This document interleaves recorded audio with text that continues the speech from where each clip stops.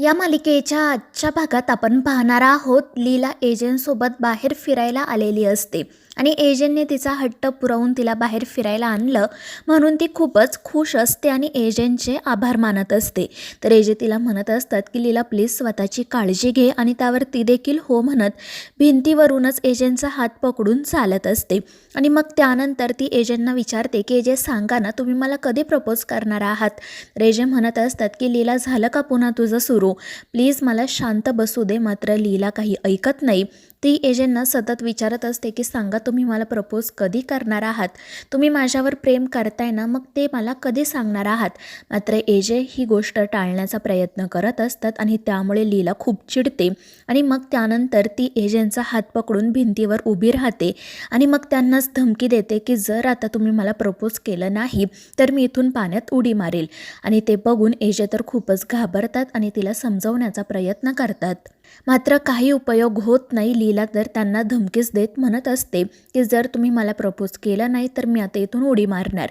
पण त्याच वेळी एक कॉन्स्टेबल त्या ठिकाणी येतो आणि हा सगळा प्रकार बघून तो घाबरून म्हणतो की मॅडम काय करताय तुम्ही आधी खाली उतरा. तर लीला म्हणत असते की मी काही खाली उतरणार नाही, हा माणूस मला खूप त्रास देतोय त्यामुळे मी आता इथून जीव देणार.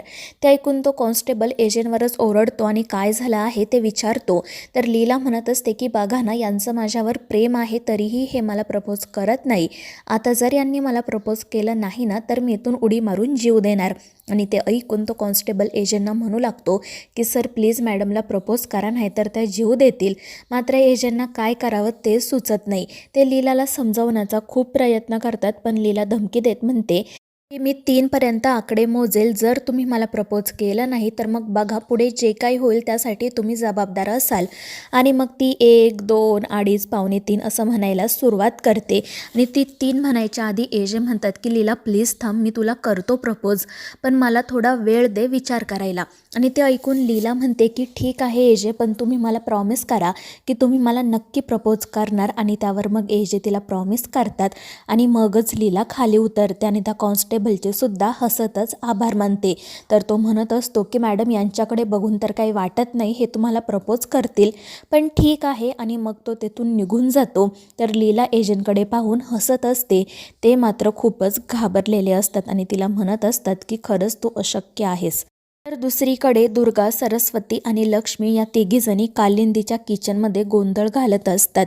कालिंदी त्यांना विचारत असते की अजूनही तुमची जेवणाची तयारी झालेली नाही आहे का, माझ्या पोटात कावळे ओरडत आहेत. तर त्या तिघी नाटक करत म्हणत असतात की आम्हाला जेवण वगैरे खरंच बनवता येत नाही, आमच्या घरी तर शेफ असतो, आम्ही फक्त टेस्ट करतो, आम्हाला खरंच काही बनवता येत नाही. आणि त्यामुळे कालिंदी खूप वैतागते. ती म्हणत असते की सकाळी तुम्ही नाश्त्याला जे काही दिलं ते मी कसं तरी खाल्लं, मला भूक लागली म्हणून मी तुम्हाला सगळं सामान देखील आणून दिलं, आता प्लीज बनवा काहीतरी. पण त्या तिघीजणी नकारच देत असतात. त्यामुळे कालिंदी म्हणते की ठीक आहे, आपण साधी डाळ खिचडी बनवू, त्यासाठी तरी तुम्ही मला मदत करा, मी शिकवते तुम्हाला कशी बनवायची डाळ खिचडी ते. आणि त्यावर त्या तिघीजणी हसतच हो म्हणतात. त्यानंतर कालिंदी त्या तिघींना काय काय करायचं ते सांगू लागते. मात्र त्या तिघीजणी मुद्दाम सगळ्या गोष्टींमध्ये गोंधळ घालत असतात आणि सगळ्या स्वयंपाकघराची वाट लावतात. त्यामुळे कालिंदी त्यांना म्हणते की तुम्ही राहू द्या, मीच करते काय करायचे ते. आणि मग ती स्वतःच जेवण बनवायला सुरुवात करते. आणि मग ती कुकर गॅसवर चढवते आणि बाहेर जाते. मात्र दुर्गा आणि सरस्वती मुद्दाम कुकरचं झाकण सैल करतात आणि थोड्याच वेळामध्ये कुकर उडतो आणि सगळी डाळ स्वयंपाकघरामध्ये पसरते. आणि हा सगळा प्रकार बघून कालिंदीच्या पायाखालची तर जमीनच सरकते. ती म्हणत असते की हे काय केलं तुम्ही तिघींनी. तर दुर्गा म्हणत असते की आम्ही कुठे काय केलं, तुमचा कुकरच फॉल्टी आहे. तर कालिंदी वैतागून म्हणते की माझा कुकर नाही, तुम्ही तिघीजणी फॉल्टी आहात.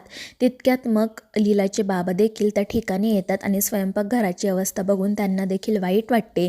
कालिंदीला तर या तिघींना काय बोलावं तेच सुचत नाही, ती फक्त रडत असते आणि या तिघीजणी मात्र हसत असतात. दुसरीकडे यश आणि रेवती आजींसाठी चहा घेऊन येतात आणि त्यांना सांगतात की एजंटना आमच्याशी काहीतरी महत्त्वाचं बोलायचं आहे, त्यामुळे आम्ही त्यांच्या खोलीत जातो. त्यावर आजी हो म्हणतात. ते दोघेजण एजंटकडे जाण्यासाठी निघतात. पण मग एजे त्या ठिकाणी येतात. ते आजींना यश रेवूबद्दल विचारतात. आजी सांगतात की अरे ते तुझ्याच खोलीत गेले आहेत. त्यामुळे एजे घाबरतात. त्यांना आठवतं की लीलाने खोलीमध्ये ते प्रिंट लावून ठेवले आहेत ज्यावर एजेंनी तिला जो इमोजी पाठवला होता तो आहे त्यामुळे एजे खूप घाबरतात आणि जर हे यश रेवूने बघितलं तर त्यांना काय वाटेल अशी त्यांना भीती वाटते. त्यामुळे ते पटकन खोलीत जातात. तर खोलीमध्ये यश रेवू लीलासोबत बोलत असतात. एजे घाबरूनच आतमध्ये येतात आणि सगळीकडे बघतात. मात्र ते प्रिंट्स कुठेही नसतात. लीला हसतच त्यांच्याकडे बघते आणि प्रिंट्स काढून टाकल्याचं सांगते. त्यामुळे एजेंच्या जीवात जीव येतो. त्यानंतर यश आणि रेवती त्यांना विचारतात की एजे तुमचं आमच्याकडे काय काम होतं आणि त्यावर एजे म्हणतात की हो 1 मिनिट थांबा. आणि मग त्यानंतर ते त्या दोघांना मॉरिशसचे तिकीट देतात. ते सांगत असतात की हे माझ्याकडून तुमच्यासाठी हनीमून पॅकेज आणि ते बघून रेवती आणि यशला खूपच आनंद होतो. आणि मग त्यानंतर ते दोघेजण लीलाची आणि एजेंटचे आभार मानतात आणि बाहेर पडतात. ते गेल्यानंतर लीला पुन्हा एजेंटशी वाद घालायला सुरुवात करते. ती म्हणत असते की एजे तुम्ही मला प्रपोज कधी करणार आहात? तुम्ही यश आणि रेवूसाठी तर लक्षात ठेवून त्यांचं गिफ्ट आणलंत, मात्र माझ्यासाठी तुम्ही काहीच घेऊन आला नाहीत आणि मला प्रपोजसुद्धा करत नाहीत. त्यावर एजे म्हणतात की लीला प्लीज मला थोडा विचार करायला वेळ दे, मी नक्की तुला प्रपोज करेल. आणि ते पटकन खोलीतून बाहेर पडतात. त्यानंतर कालिंदी, दुर्गा, सरस्वती आणि लक्ष्मीला घेऊन घरी येते. त्या तिघींना बघून सगळ्यांनाच आश्चर्य वाटते. एजे रागातच विचारतात की काय झालं, या तिघींनी तुम्हाला त्रास दिला का? तर कालिंदी म्हणत असते की नाही यांनी मला काही त्रास दिलेला नाही आहे, उलट मी यांचं कौतुक करण्यासाठीच इथे आली आहे. आणि मग त्यानंतर ती एजेंना सांगते या तिघींनासुद्धा त्यांच्या चुकीची जाणीव झाली आहे आणि त्या चुकीचा त्यांना पश्चातापसुद्धा होत आहे. या तिघींमध्ये खरंच खूप सुधारणा झाली आहे आणि यांनी तर ना मला अजिबात त्रास दिलेला नाही आहे. आपण यांना जी शिक्षा दिली होती ना ती त्यांनी अगदी व्यवस्थितपणे पार पाडली आहे आणि माझी खूप सेवासुद्धा केली आहे. त्यामुळे मला असं वाटतं की आता आपण यांची शिक्षा रद्द करूयात, जेवढं झालं तेवढं पुरे आहे. आणि त्यांचं असं बोलणं ऐकून सगळ्यांनाच आश्चर्य वाटतं. एजे म्हणत असतात की नक्की यांच्यात सुधारणा झाली आहे ना, नाहीतर मग. पण एजे पुढे काय बोलणार तितक्यात आजी म्हणतात की अभिराम आता बास झालं, मुलींना त्यांची चूक कळली आहे ना, मग आता आपण त्यांना शिक्षा द्यायला नको. लीलासुद्धा तेच म्हणते. त्यामुळे एजे म्हणतात की ठीक आहे, पण ते या तिघींनाही सांगतात की पुन्हा तुम्ही अशी चूक केलीत ना तर तुम्हाला या घरात जागा नाही, एवढं लक्षात ठेवा. आणि ते ऐकून किशोर, दुर्गा तर खूपच चिडतात, मात्र नाईलाजाने हो म्हणतात. त्यानंतर मग कालिंदी सगळ्यांचा निरोप घेते आणि पटकन तेथून बाहेर पडते. त्यानंतर सगळेजण आपापल्या कामाला सुरुवात करणारच असतात. पण तितक्यात एजेंना त्यांच्या मोबाईलवर एक रिमाइंडर येतो आणि ज्यात ते म्हणत असतात की लीला प्लीज मला थोडा वेळ दे, मी तुला उद्या नक्की प्रपोज करतो. आणि ते ऐकून घरातील सगळ्यांनाच आश्चर्य वाटते. एजे तो रिमाइंडर बंद करण्याचा खूप प्रयत्न करत असतात पण तो काही बंद होत नाही आणि मग शेवटी सगळेजण हसू लागतात. तर लीला घाबरूनच म्हणत असते की सॉरी एजे, तुमच्या लक्षात राहावं म्हणून मी हे सगळं केलं. तर एजे रागातच तेथून निघून जातात. इतर सगळेजण मात्र हसत असतात. आणि मग आजी लीलाला विचारते की हे सगळं काय आहे? तर लीला लाजूनच सांगते की आजी, एजे मला प्रपोज करणार आहेत. आणि ते ऐकून सगळेच जण खुश होतात. प्रदीप आणि विराज तर लीलाला म्हणत असतात की आमची खात्री आहे बाबा नक्की तुला फिल्मी स्टाईलने प्रपोज करतील. त्यामुळे लीला तर अजूनच खुश होते.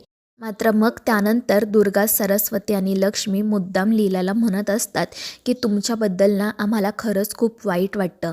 कसं नशीब असतं ना एकेकाचं, तुम्हाला प्रत्येक वेळी प्रत्येक गोष्ट सेकंड हँडच मिळाली आहे. आईसुद्धा सेकंड हँड, नवरासुद्धा सेकंड हँड आणि त्याचं प्रेम आणि संसार देखील सेकंड हँड. आणि त्यांच्या अशा बोलण्यामुळे लीलाला वाईट वाटतं.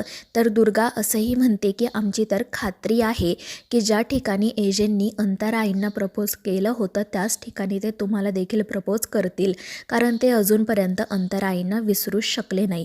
आणि कोणत्याही शहाण्या माणसाला ही गोष्ट कळेल पण तुम्हाला कळत नाही आहे. आणि त्या तिघींच्या अशा बोलण्यामुळे लीला दुखावली जाते. तर मित्रांनो, या मालिकेच्या पुढील भागांच्या अपडेटसाठी आपल्या चॅनेलला सबस्क्राईब करा.